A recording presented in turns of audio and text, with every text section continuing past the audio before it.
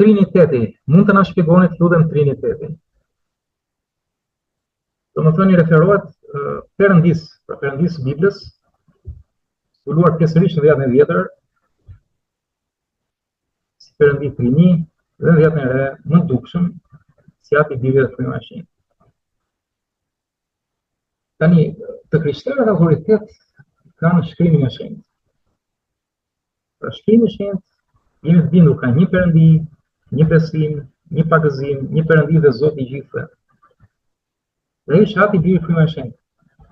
Në dhjetën e vjetër zbulohet pjesërisht, pra kështu Perëndia zgjodhi të zbulojë kombit Izraelit, sepse dhjetën e vjetër janë shembuj dhe hije për Krishtin.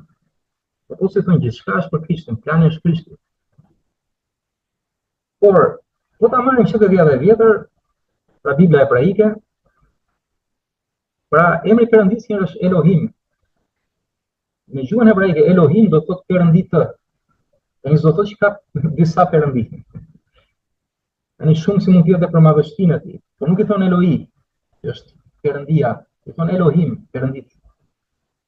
Dhe aty na jepet që Perëndia thirrri në ekzistencë, pra fjala e tij, fjala e Perëndis. Dhe diku tjetër thotë që fryma e Perëndis lëvizte mbi qet, mbi ujëra. Pra, ja ku jepet komponent Perëndia, fjala, fryma, jepet një bashkësi. Pastaj Perëndia e shfaqet Abrahamit në 3 persona. Dhe kur 2 nga këta shkojnë bashkë me Abrahamin, që do shikonin Sodomën dhe Gomorën, që Abrahami lutet që mos ta ndëshkojnë atë qytet, por që ai ishte i shturë totalisht. Pasi 2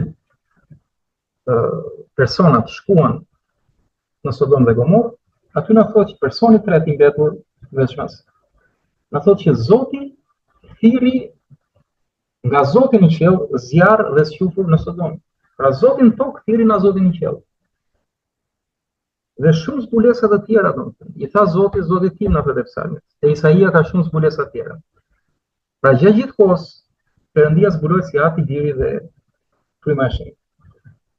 Pastaj me ardhjen e birit Perëndis në tokë, përmes Jezu Krishtit, në lindjen e tij mbi natyrore, nga Fryma e Shenjtë në trupin e Virgjinës Mari, pas pagëzimit të Jezusit, aty flitet qartë, po Jezusi pasi pagëzuar në gjën pagëzorin, zbriti Fryma e Shenjtë si formë plumbi tek ai, dhe zëri i Perëndis atë filin e qiellit ja birin i dashur, me cilin jam i kënaqur. Pastaj gjatë fundit të misionit të tij, vetë Jezusi urdhëron dishepujt, shkoni dhe bëni dishepujt në gjithë botën dhe pakëzojeni në emër të Atit, të Birit dhe të Frymës së Shenjtë. Dhe është vetëm i Perëndi thot, mbi ne thot, midis nesh, brenda nesh, Ati Biri Fryma e Shenjtë.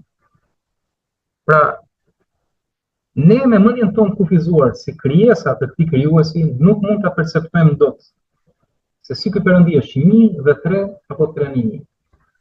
Por na jepet qartë që është një Perëndi dhe është Ati Biri dhe Fryma e Shenjtë, po është 1. Pra Bibla thamë e tregon qartazi Trinin si në Testamentin e Vjetër, kurse shumë qartë fare në Testamentin e Ri. Shembuj që kam darë në video të tjera, shumë 3 këndëshi, këto janë thjesht për ilustrime që ne të kuptojmë nocionet. 3 këndësh, ne themi 3 këndësh, 1 3 këndësh, por që nga emri është 3 këndësh, 3 kënde, 3 këndësh që përbënin 3 këndë. Dielli kemi thënë, ne themi 1 diell, por është vorbu, që ka dhe rreze, ka ngrohtësi, ka dritë, është 3 në 1 dhe diell. H-H-O është ujë, 3, H-2-O është ujë. E tjera, veza, lëvosh, lëndë, e verdha, pra gjithçka në natyrë duket si në trajt Trinitetit. Edhe vetë në njerëzit kemi intelektin, kemi emocionet, kemi dhe aspektin fizik. Pra kështu është Perëndia, ky është Perëndia, ne nuk mund ta kuptojmë dot, por i tillë është, por ama në natyrë mund të mësojmë që po gjithçka funksionon në përbërje trinitare dhe në natyrë. Këtë mund të ndaj për momentin, dhe nuk e di sa mund të ketë kënaqur dhe përgjigje.